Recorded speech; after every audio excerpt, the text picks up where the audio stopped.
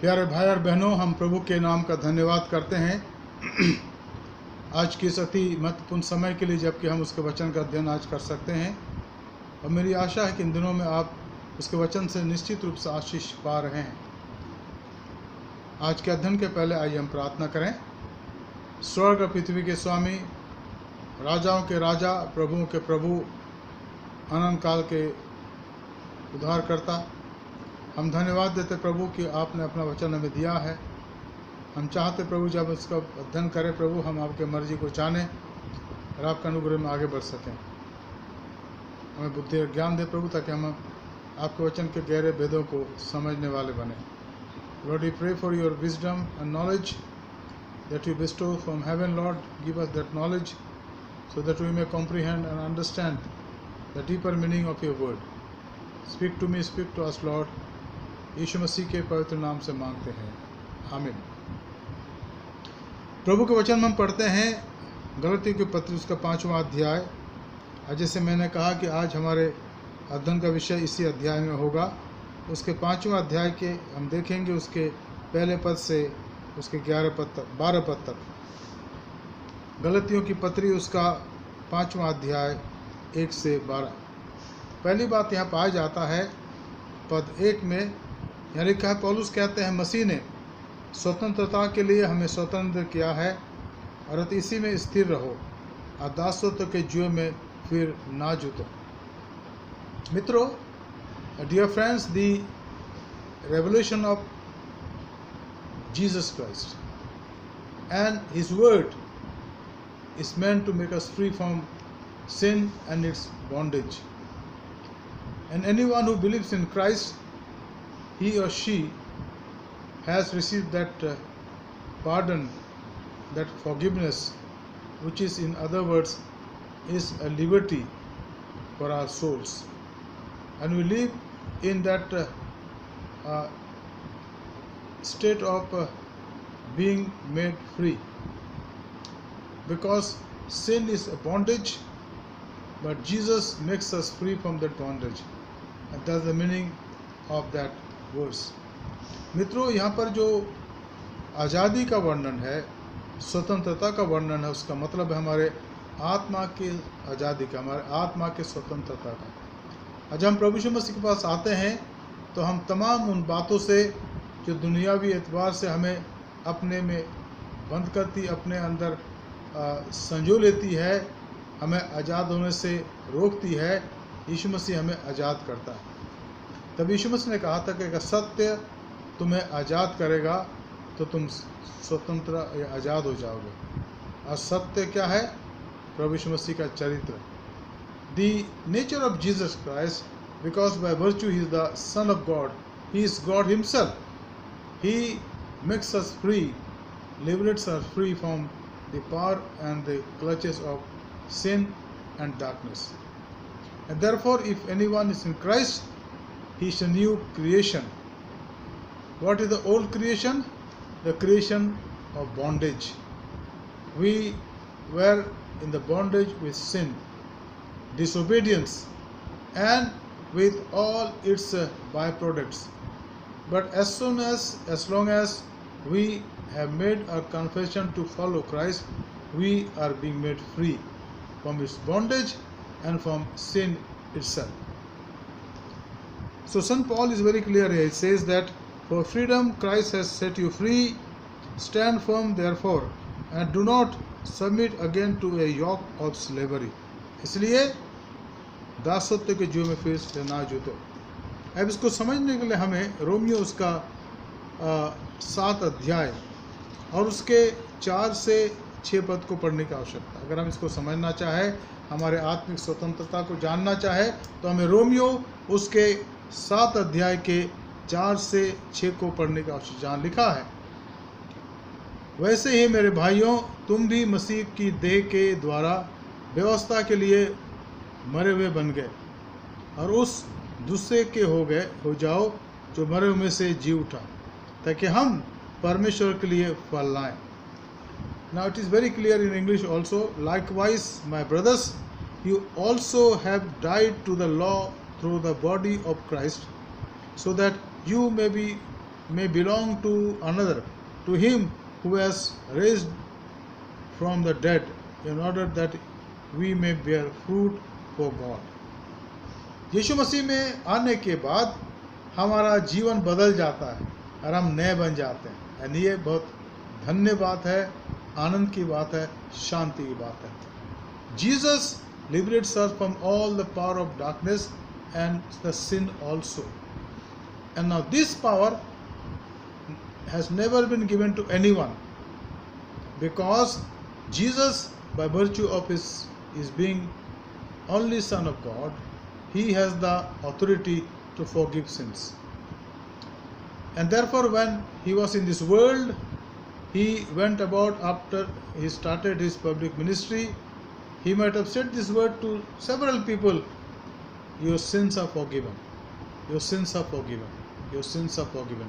Dear friend, this is one sentence, but this has the meaning which only heaven understands, and human being is trying to understand, because it is not by any human being. Human being cannot forgive the sins of human being, because we ourselves are in the clutches and the bondage of sin. Therefore, one who came from heaven has all the right, all the authority, and he said, authority of heaven and earth has been bestowed upon me, and so I send you to proclaim the good news. And therefore we are sent by him, we have been sent by him to proclaim the good news of Jesus Christ, which liberates in and through Jesus Christ. वैसे ही मेरे भाइयों, तुम भी मसीह के देह के द्वारा व्यवस्था के लिए मरे हुए बन गए, और उस दूसरी के हो जाओ जो मरे हुए में से जी उठा, ताकि हम परमेश्वर के लिए फल लाएं। क्योंकि जब हम शारीरिक थे तो पापों की अभिलाषाएं जो व्यवस्था के द्वारा थी, मृत्यु का फल उत्पन्न करने के लिए हमारे अंगों में काम करती थी।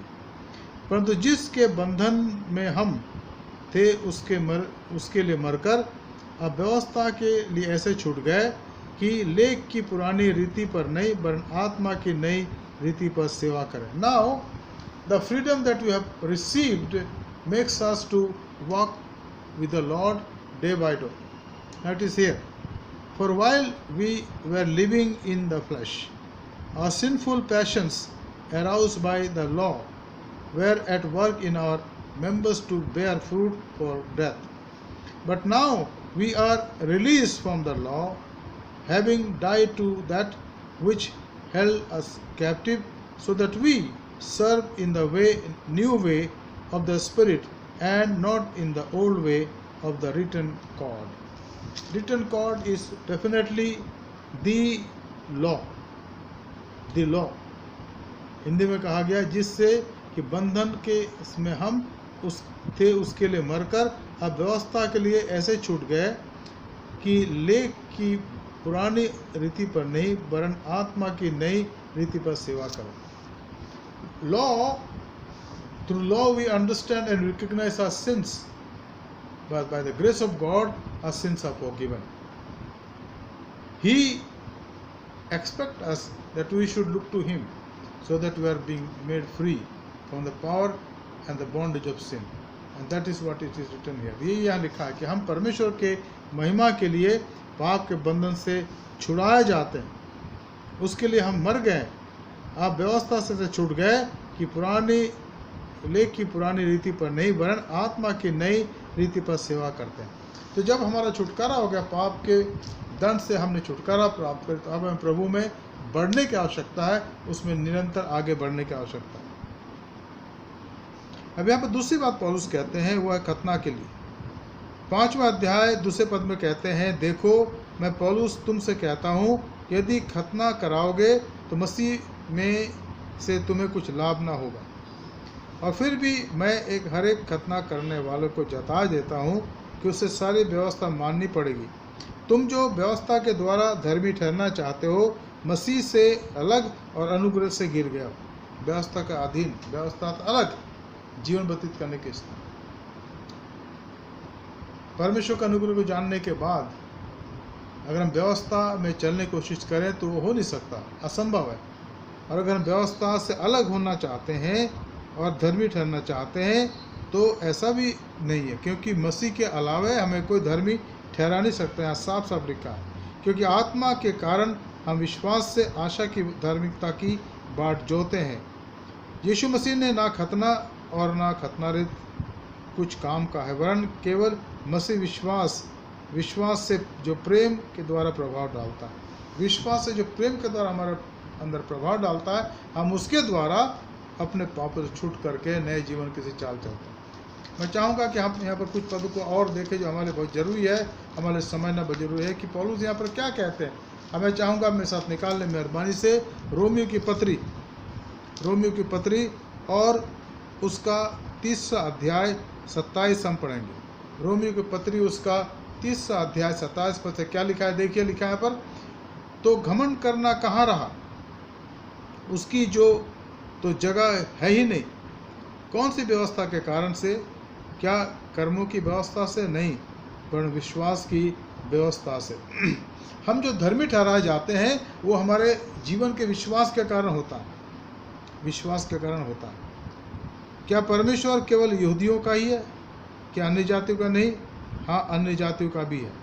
परमेश्वर दोनों का है, यूनानियों का यानी अन्य जातियों का और यहूदियों का जिनके पास व्यवस्था पहुंचा। परमेश्वर का अनुग्रह सबकी आवश्यकता है। अगर यहूदी लोग कहें कि भाई हमारे पास तो व्यवस्था आई तो हम धर्मी हैं, नहीं। प्रभु यीशु मसीह को आत्मसात करना जरूरी है, प्रभु यीशु मसीह को जानना जरूरी है कि वो हमारे जीवन को हमें पाप से छुड़ाता है। यहाँ पर आगे लिखा है 29 और 31 पद में लिखा है, क्या परमेश्वर के केवल यहूदियों का ही है या अन्य जातियों का ही? हाँ, अन्य जातियों का भी है। परमेश्वर सबका है, क्योंकि वो सबका बनाने वाला है और उसका आगमन इस संसार में हर एक व्यक्ति के लिए होता है। तभी तो लिखा है ना कि परमेश्वर ने जगत से ऐसा प्रेम करा। उसका प्रेम केवल मात्र इस्राएल देश के लिए नहीं है, यहूदी जाति के लिए नहीं, लेकिन उसका प्रेम दुनिया के हर लोगों के लिए। और जब हम उसके प्रेम को महसूस करते हैं तो उसमें आज़ादी को महसूस करते। 28-29 पद में लिखा है, इसलिए हम इस परिणाम पर पहुंचते हैं कि मनुष्य व्यवस्था के कामों से अलग हो मसीह विश्वास के द्वारा धर्मी ठहरता है। व्यवस्था और कामों की बातों को अगर हम अपने जीवन का ध्येय बनाएं तो हम करते जाएंगे और करते जाएंगे। ये कार्य कभी खत्म नहीं होंगे। इसलिए धर्मी किस बात से बनते हैं, लिखा है, इसलिए हम धर्मी बनते हैं क्योंकि हम उस पर विश्वास करते हैं। हमारा विश्वास क्या? कर्मों से, व्यवस्था से? कौन सी व्यवस्था के कारण से? क्या कर्मों की व्यवस्था से? नहीं, पर विश्वास की व्यवस्था के कारण हम छुटकारा प्राप्त करते हैं। विश्वास के कारण प्रभु यीशु मसीह के लोगों पर विश्वास लाते हैं और हमारे पाप क्षमा हो जाते हैं, हम नया जीवन प्राप्त करते हैं। आगे यहाँ पर लिखा है, क्या परमेश्वर केवल यहूदियों का है, क्या अन्य जातियों का नहीं? हाँ, अन्य जातियों का भी वो परमेश्वर है, क्योंकि एक ही परमेश्वर है जो खतना वालों को विश्वास से और खतना रहितों को भी विश्वास के द्वारा धर्मी ठहरा। अब देखिए यहाँ पर दोनों मिल जाते हैं यीशु मसीह में, खतना वाले यानी यहूदी लोग और बिन खतना वाले यानी अन्य जाति लोग या यूनानी लोग।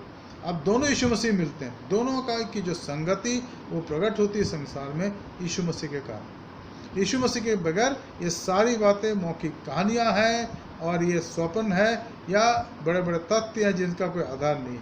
लेकिन अगर यीशु मसीह आपके जीवन में है तो आप सुरक्षित हैं, क्योंकि आप उसके साथ रहेंगे यहाँ पर, उसके बाद भी उसके साथ रहेंगे। तो यहाँ पर इस बात को समझाया गया, बताया गया और अच्छी तरह से समझाया गया। यहाँ लिखा है 29 और 31 पद में लिखा है 30वां अध्याय रोमियो का, क्या परमेश्वर केवल यहूदियों का ही है, क्या अन्य जातियों का नहीं? हाँ, अन्य जातियों का भी है, क्योंकि एक ही परमेश्वर है जो खतना वाले को विश्वास से और खतना रहितों को भी विश्वास के द्वारा धर्मी ठहराएगा। तो यहाँ लिखा है कि तो क्या हम व्यवस्था को विश्वास के द्वारा ठहराते? कदापि नहीं। लिखा है वरन व्यवस्था को स्थिर करते हैं। क्या है मतलब यह है कि जब हम व्यवस्था को छोड़ करके प्रभु के पास आते हैं और उस पर विश्वास करते हैं तो क्या हमने व्यवस्था मानना छोड़ दिया? नहीं, हम उस पर विश्वास करने की आशा करते हैं जिसने व्यवस्था को पूरा एक व्यवस्था को पूरा करो उसने, और उस पर विश्वास करने के द्वारा हमारे सारे पाप धुल जाते हैं और यीशु मसीह में नई सृष्टि बनाए जाते हैं। तो यहाँ पर इन बातों को हमें ध्यान देने या समझने की अति आवश्यक है। अब हम आगे पढ़ते हैं, इसके बारे में लिखा है, आगे पढ़ लिखता है यहाँ पर, और वो है 7, 8 पद और 9 पद भी, जहाँ लिखा है, तुम तो भली भांति दौड़ रहे थे, अब किसने तुम्हें रोक दिया और सत्य से नहीं। थोड़ा सा खमीर सारे गूंदे हुए आटे को खमीर कर देता। अब प्रभु पर तुम्हारे विश्वास में भरोसा रखता हूँ कि तुम्हारा कोई अच्छा अगर दूसरा विचार होगा तो जो तुम्हें घबरा देते हैं वो भी कोई क्यों न हो दंड पाएगा। परंतु परमेश्वर ने मनुष्यों, यदि मैं अब तक खतना का प्रचार करता रहता तो क्या अब तक सताया जाता हूँ? फिर तो क्रूस की ठोकर जाती रही। भला होता कि जो तुम्हें डांवाडोल करते हुए आप ही अंग ही काट डालते, अपना ही अंग काट डालते। अब यहाँ पर एक बहुत बड़ी बात है जो हमें जानने की आवश्यकता। पौलुस यहाँ पर कहता है, थोड़ा सा खमीर सारे गूंदे को आटे में खमीर कर देता। इसको हम सब जानते हैं। अब यह कहता है पौलुस, मैं प्रभु पर तुम्हारे विश्वास में भरोसा रखता हूँ कि तुम्हारा कोई दूसरा विचार ना हो, परंतु जो तुम्हें घबरा देते वो कोई क्यों ना हो दंड पाएगा। अब पौलुस यहाँ पर साफ साफ कहता है कि बहुत से लोग हैं जो घबराने वाले हैं, जो फूट डाल देते हैं। अब सोचते हैं कि हमने बहुत अच्छा करा, लेकिन वो थोड़े कालांतर के अंदर वो समाप्त बात जाती रहती है। लोग अपने जीवन के लिए प्रभु का धन्यवाद करते हैं। तो पौलुस कहता है कि मैं इस बात को जानता हूँ कि प्रभु पर विश्वास करने से मैंने व्यवस्था पूरी की है, और अगर उसके द्वारा मेरे अंदर कोई तकलीफ आती है तो उसके लिए प्रभु अनुग्रह देगा कि मैं उसको सह सकूँ और प्रभु में आगे बढ़ने वाला बन सकूँ। प्रिय मित्रों, हम प्रभु का धन्यवाद देते हैं इस सुंदर समय के लिए। और मेरी आशा है कि जो वचन आज हमने पढ़ा, इसके गहराई को हमने समझा होगा। अगर आप इसके बारे में और अधिक जानकारी करना चाहते हैं तो निश्चित रूप से आप पासवान को कॉल करें, फ़ोन करें, वो आपकी मदद करेंगे। साथ ही साथ अगर आप चाहते हैं कि ऑफिस में, चर्च के ऑफिस में आपके लिए प्रार्थना हो, तो आप आइए, पास्टर के साथ समय लीजिए और वो आपके लिए प्रार्थना करेंगे। हम लोग यहाँ पर इसीलिए हैं मित्रों, ताकि आपकी मदद कर सकें। परमेश्वर आपको आशीष, आपकी सहायता करें। आइए हम प्रार्थना करें। धन्यवाद, स्तुति और महिमा की हुए पिता परमेश्वर, स्वर्ग और पृथ्वी के स्वामी, आपका धन्यवाद करते प्रभु कि आपने वचन हमें दिया। प्रभु जो कुछ सिखा गया उस पर आशीष हो, ताकि प्रभु आने वाले समय के अंदर हम अपने आप को तैयार करें और आपके वचन से आशीष प्राप्त कर सकें। हमारे उद्धारकर्ता प्रभु यीशु मसीह के पवित्र नाम से मांगते हैं, आमीन। Dear friends, few announcement. As I always say that this Bible study will continue, and nowadays we are studying the epistle of St. Paul to the church at Galatia, और गलतियों की पत्री का अध्ययन हम कर रहे हैं। और मैं चाहता हूं कि आप इसमें बने रहें हमारे साथ। हमारा ऑफिशियल समय तो 7:30 बजे, लेकिन जो समय आपको मिलता है, कल मैं देख रहा था कि रात को 9, 10 बजे, 11 बजे तक आप अध्ययन कर रहे थे, क्योंकि रिकॉर्डेड है और लिंक है। आप कभी भी खोल के, जब खोलते हैं, इसका पूरा अध्ययन करिए, पूरा इसको देखिए और आपको आशीष मिलेगी। हम प्रार्थना करें हमारे तमाम देश के लोगों के लिए, खासकर जो हमारे देश के अगुवे हैं, हमारे राष्ट्रपति, हमारे प्रधानमंत्री, हमारे राज्यपालगण, हमारे मुख्यमंत्रीगण, हमारे एमपीस, हमारे एमएलएस, हमारी सेना के लोग, हमारे पुलिस के लोग, प्रभु उन पर अनुग्रह करें, ताकि उनके अगुवाई में, उनके संरक्षण में देश में तरक्की हो, और इस कठिन दिनों में हम देश में बढ़ते जाएं और खुशहाल रहें, हमारी आवश्यकता की पूर्ति हो सके। बहुत से लोग हैं इन दिनों में जिनकी नौकरियां ख़त्म हो गई हैं, जिनको आधी सैलरी मिल रही है, जिनको वीआरएस दिया गया है, उनके आगे 1-2 साल के बाद भविष्य में अंधकार है, लेकिन हम उनके लिए प्रार्थना करें, प्रभु उनकी मदद करें। खास करके ऐसे लोग हमारे चर्च में हैं, हम प्रार्थना करें, प्रभु उनकी सहायता करें। अगर आप जो हमारे चर्च के लोग हैं, अगर आप में से किसी के पास घर में राशन नहीं है, तो आप आइए चर्च में। मैं यहाँ बैठता हूँ ऑफिस के अंदर हर दिन सुबह 10:30 से शाम को 6:30 तक, 5:30 तक, और हम आपकी मदद करेंगे जो भी हम कर सकें राशन के द्वारा। इस बात को ध्यान रखिएगा। साथ ही साथ आपके जो ड्यूज़ हैं, चर्च फंड है, या टाइट आप देना चाहते हैं, या संडे ऑफरिंग है, उसको आप चर्च में लाइए। चर्च ऑफिस खुल रहा है, रोज़ खुली रहती है। वीकडेज़ में समय वही है, 10:30 सुबह से लेकर शाम को 5:30 तक। आप उनको जमा करिए और रसीद ले लीजिए। मित्रों, मैं आपको कहना चाहता हूँ कि प्रभु की दया से, प्रभु की कृपा से चर्च की फाइनेंस की हालत बिल्कुल ठीक है, कहीं ऐसी कोई परेशानी नहीं है। लेकिन पहले के समान चूँकि लोग नहीं आ रहे, चर्च बंद है पिछले 4 महीनों से, रेगुलर हमारे यहाँ जो आराधनाएं करते थे कलीसिया वो नहीं आ रही है, तो कुछ तो कमी जरूर हुई है, लेकिन प्रभु के दया से हमारे हर आवश्यकताओं की पूर्ति हो रही है। और हमारा विश्वास प्रभु पर है, लोगों पर नहीं है, क्योंकि लोग और मैं और आप क्या चलाएंगे चर्च को? प्रभु चलाता है, वो चलाता है। वो कहता है कि मेरा परमेश्वर भी, पौलुस कहते हैं, अपने उस धन के अनुसार जो महिमा सहित यीशु मसीह में है तुम्हारे हर एक घटी की उम्र को पूरी करेगा। तो हम उस प्रभु पर विश्वास करते जिसने कहा, भजन 34:10 में लिखा है, साम 34:10, कि क्या जवान सिंह भूखे रह सकते हैं? भूखे रहेंगे, लेकिन जो मेरे डरवैये हैं, जो मेरे भक्त हैं, उनको कभी किसी भली वस्तु घटी ना होगी। तो प्रभु की इसी वचन के आधार पर हमें संभालता है, और नहीं तो आप परख कर देख लीजिए, वो संभालता है। इसलिए मैं चाहूँगा कि आप अपने जो आपके ड्यूज़ हैं उसको देते रहें, और इस प्रकार से कलीसिया का काम चलता रहेगा, ऐसा मेरा विश्वास है। अभी तक उसने संभाला, आगे भी संभालेगा, वो विश्वास योग्य है। हम प्रार्थना करें हमारी कलीसिया के लिए, हमारे कलीसिया के अगुओं के लिए, हमारे बिशप साहब, बिशप सुबोध सिंह मंडल, मैडम सुदीप्ता मंडल, हमारे एक एक DSS के लिए प्रार्थना करें, हमारे एक एक पासबानों के लिए प्रार्थना करें, हमारे कलीसिया के लेटी के लिए प्रार्थना करें, WCS के बहनों के लिए प्रार्थना करें, MYF के बच्चों के लिए प्रार्थना करें, संडे स्कूल के बच्चों के लिए प्रार्थना करें, हमारे जवानों के लिए प्रार्थना करें। हम प्रार्थना करें हमारे दिल्ली रीजनल कॉन्फ्रेंस के एग्जीक्यूटिव सेक्रेटरी रेवरेंड सुजीत दास, हमारे दिल्ली रीजनल कॉन्फ्रेंस के ट्रेजरर रेवरेंड वरिंदर कुमार, और हम प्रार्थना करें पूरे MCI के लिए। इन कठिन दिनों में प्रभु हमारी सहायता करें, इस कठिन दिनों में प्रभु का अनुग्रह हम पर बना रहे। आइए हम धन्यवाद दें और आज के बाइबल अध्ययन को समाप्त करें। स्वर्गीय पिता, धन्यवाद देते हैं आज शाम के लिए प्रभु कि आपने हमसे बातचीत करी है। हमने जो कुछ सीखा प्रभु आपकी महिमा के लिए हो, हमारे कलीसिया पर, हमारे कलीसिया के एक एक परिवार पर, दिल्ली रीजनल कॉन्फ्रेंस पर, हमारे देश पर आपकी कृपा दया बनी रहे। प्रभु जी आप हमें संभालें, जहाँ बाढ़ें आ रही प्रभु जी आप लोगों को संभालें, बरसात रोकें प्रभु, ताकि लोग शांति से जीवन व्यतीत कर सकें। और जो लोग इनकी सहायता करते हैं उन्हें आशीष दें प्रभु जी। जहाँ सूखा पड़ा है उन पर भी अनुग्रह प्रभु, और जहाँ पैंडेमिक की वजह से लोग परेशान हैं, दुखी प्रभु, उन पर छुएं चंगाई दें, हमें सुरक्षित रखें। इस वचन के लिए आपका धन्यवाद करते हैं, हमारे उद्धारकर्ता प्रभु यीशु मसीह के पवित्र नाम से मांगते हैं, आमीन। आए हमारे बाप, तू जो आसमान पर है, तेरा नाम पाक माना जाए, तेरी बादशाहत आवे, तेरी मर्जी जैसे आसमान में पूरी होती है ज़मीन पर भी हो। हमारे रोज़ की रोटी आज हम बख्श दे, और जैसे हम अपने कसूरवारों को माफ़ करते हैं, तो भी हमारे कसूरों को माफ़ कर।